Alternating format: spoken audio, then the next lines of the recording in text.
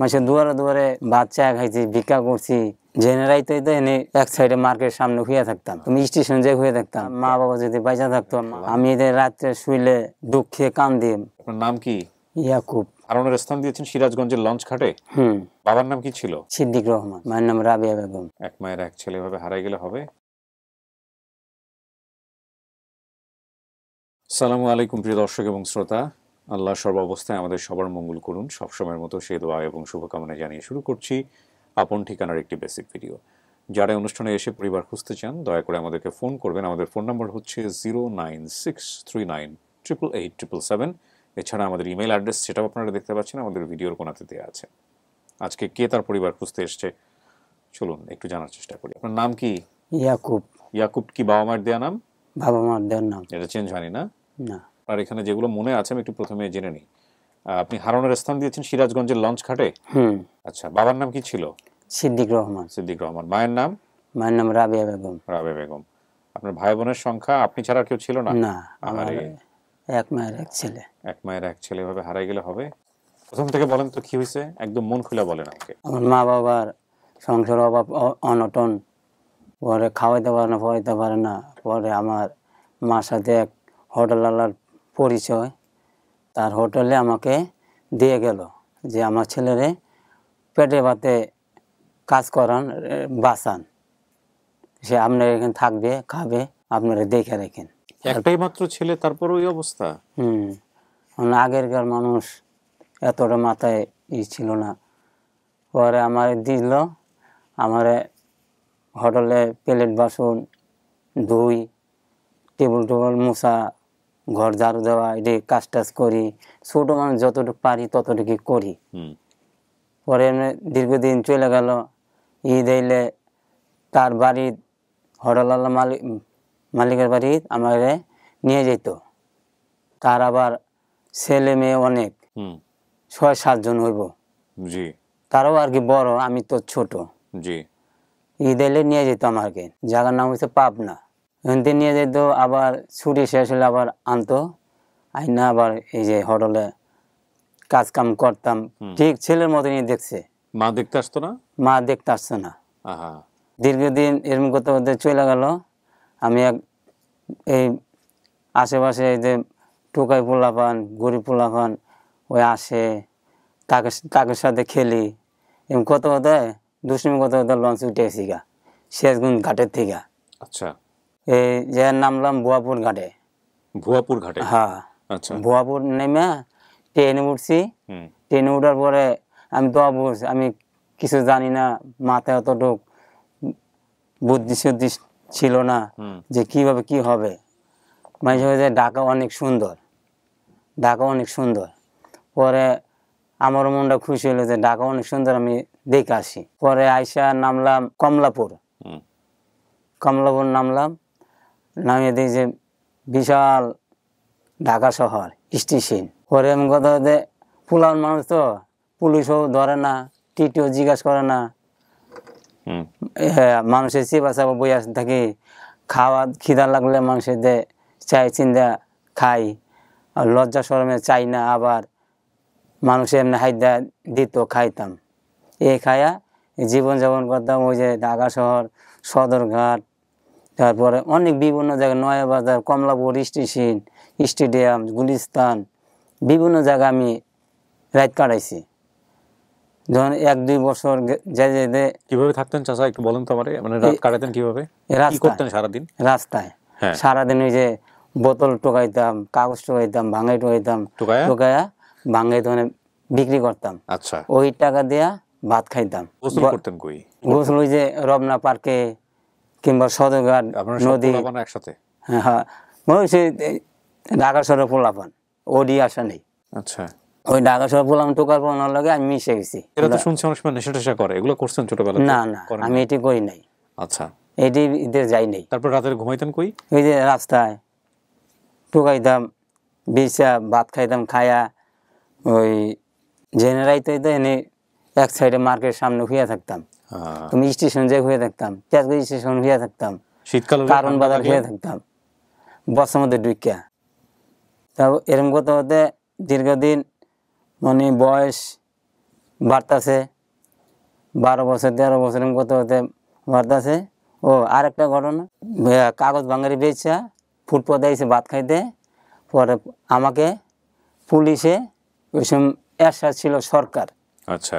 এই টোকা বুলানগো ধরে নিয়ে আশ্রয় কেন্দ্রে নিয়ে যেত। ওইখানে আবার 3-4 বছর থাকলাম। আপনারও ধরে নিয়ে গেছে? হ্যাঁ, আমাকেও নিয়ে গেছে। মানে সবাই কইছে যে কালো পানিতে হালাইবো, পচা পানিতে হালাই দেবো, মাছ মেরে হালাইবো। আচ্ছা। ভয় পাইতাম। ভয়ের পর দেখি না অনেক মানুষ বিভিন্ন জায়গা বয়স হিসাবে মানুষ হিসাবে ভাগ ভাগ কইরা কেউরা বাড়ায় কাশিমপুর, কেউরা বাড়ায় কোনাবাড়ি, কেউরা বাড়ায় যে মানিকগঞ্জ ভিতরে একটা আছে, এইখানে বাড়াইতো ভগপুর নাম। ওখান থেকে বেশ কিছুদিন থাকলাম, একটু রান্নাবান্না একটু কাজ শিখলাম লগে থাইকা। স্কুলে দিয়েছি, স্কুল দিয়ে আমি লেখাপড়া করি নাই, দোষ আমার এইটাই, লেখাপড়া করি নাই। ওই যে কামে যেতাম পেট ভরে ভাত খামো, আর কাম না করলে পেট ভরে ভাত খাওয়া যায় না। এই রান্নাঘরে কাজ করছি, মানে কিচেন রুম। কাজ করার পরে ওই পোলাপানি একসাথে থাকি, শোয়ার বিছনা 3 জন থাকি, তো এই 3 জন থাকতে থাকতে আমরা বুদ্ধি করি আমরা এখান থেকে পলাবো, কেমনে যাব। পরে 3 জন বুদ্ধি করতে করতে পালাইলাম। ওরা সবাই পলাই গেল, আমার ধৈরা লাইলো, ধৈরা আমারে মার দূর করলো।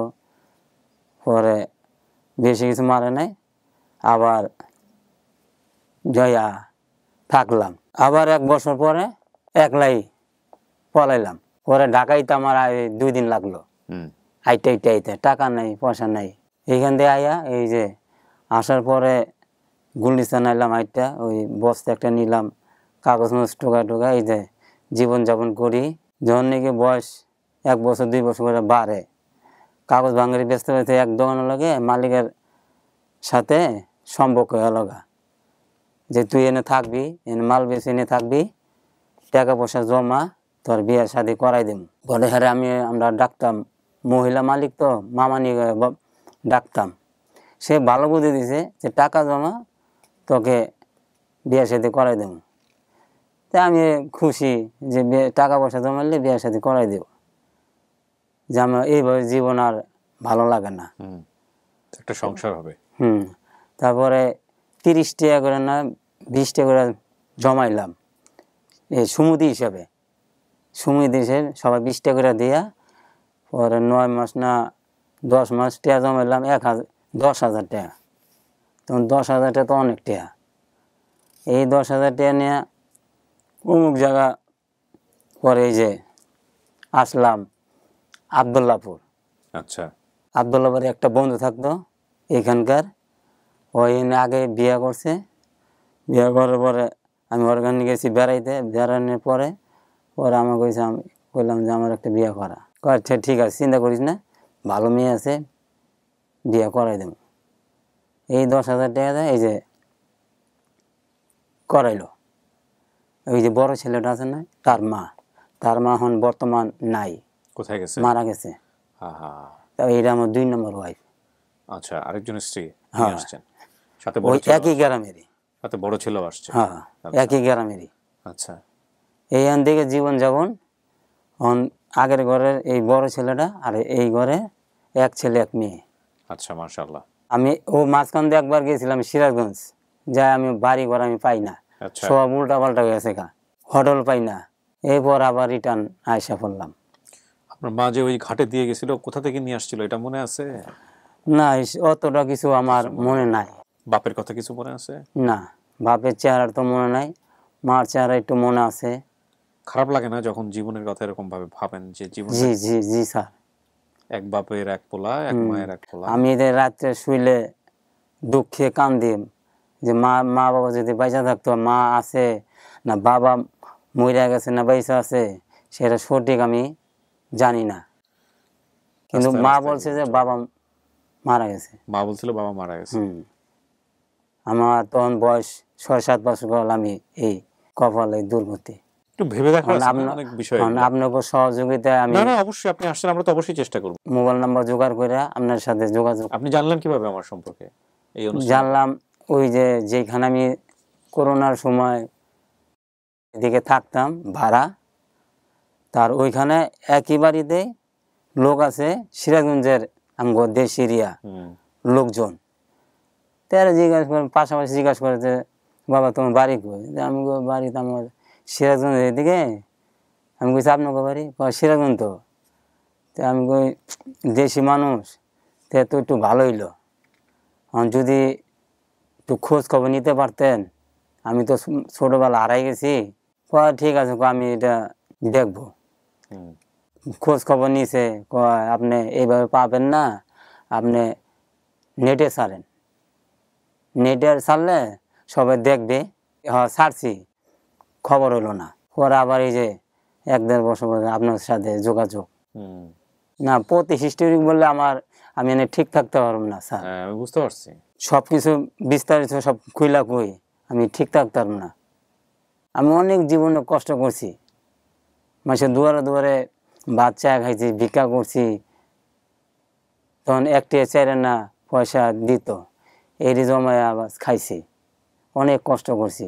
মানুষ, যেটা বলতে চাচ্ছিলাম যে কি অদ্ভুত একটা নিয়মের মধ্যে আমরা বসবাস করি। দেখবেন একটা সন্তান পৃথিবীতে আনার জন্য কোনো কোনো পরিবার কি পরিমাণ চেষ্টাটাই করছে, কিন্তু সন্তান হচ্ছে না।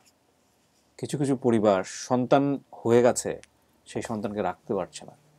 কিছু পরিবার সন্তান এমনভাবে পৃথিবীতে এসছে যে মুখলজ্জার ভয়ে সেই সন্তানকে ডাস্টবিনে ফেলে দিচ্ছে। সবই তো সন্তান, সবই তো মানুষ, সবই তো আল্লাহ পৃথিবীতে পাঠিয়েছেন। কি ভয়ঙ্কর জীবনযাপন হতে পারে যে একটা বাবা মায়ের শেল্টারে যখন একটা বাচ্চা না থাকে। মানে আমার আসলে এগুলো চিন্তার বাইরে মনে হয়। এবং আমি সবসময় মন থেকে দোয়া করি যে পৃথিবীতে যে পরিবারে যে সন্তান আসলো, আল্লাহ যাতে তাকে সেই বাবা মায়ের ছত্রছায়ায় বড় করার তৌফিকটুকু দেন। এটা খুব জরুরি। আপনি আসছেন কষ্ট করে, আমি অবশ্যই চেষ্টা করব। হ্যাঁ, আল্লাহ যদি স্যার। আপনার কপালে লিখে রাখেন, আপনি পাবেন ইনশাআল্লাহ। আমি জানি না কে আছে আপনার। আপনি সিরাজগঞ্জের লঞ্চ ঘাটে ওই দোকানে কাজ করতেন, হোটেলে কাজ করতেন, ওখান থেকেই আপনি মূলত হারায় যান। বাবার নাম ছিল সিদ্দিক রহমান, মায়ের নাম ছিল রাবেয়া বেগম। এটা ছাড়া আপনারা তেমন কিছুই মনে নাই। না ঠিক আছে? সো এই হলো বিষয়। ওনার বাবা 2-3 বছর বয়সে মারা গেছে। সিরাজগঞ্জের সিদ্দিক রহমান এবং রাবেয়া বেগমের যদি কেউ থাকেন, তাদের সাথে যদি গল্পটা মিলে যায়। আমাদের সিরাজগঞ্জে কিন্তু খুব পাওয়ারফুল একজন আমাদের টিম মেম্বার আছেন, আপনারা জানেন। সো একটু চেষ্টা করি আমরা সবাই মিলে, যদি আমরা তাকে তার বাড়িতে ফেরাতে পারি। কিছু মানুষ কোনো অপরাধ না করেই সারাটা জীবন কষ্ট ভোগ করে। আপনি যদি বলেন এই রিটার্ন সে কার কাছে চাইবে? একমাত্র সৃষ্টিকর্তা ছাড়া পৃথিবীর কোনো নিয়ম তাকে এই রিটার্ন দিতে পারবে না, কখনোই পারবে না। ওনার জীবন থেকে যে কত বয়স গেছে, সে বয়স পৃথিবীর কোনো সায়েন্স কেউ কেউ ওনাকে রিটার্ন দিতে পারবে? পারবে না, কেবলমাত্র সৃষ্টিকর্তাই পারে। এখানেই প্রতীয়মান হয় যে সৃষ্টিকর্তা এক্সিস্ট করেন। নিশ্চয়ই একটা ভালো সংবাদের প্রত্যাশায় ফিরে আসবো। এই প্রত্যাশায় আমরা শেষ করছি। আসসালামু আলাইকুম।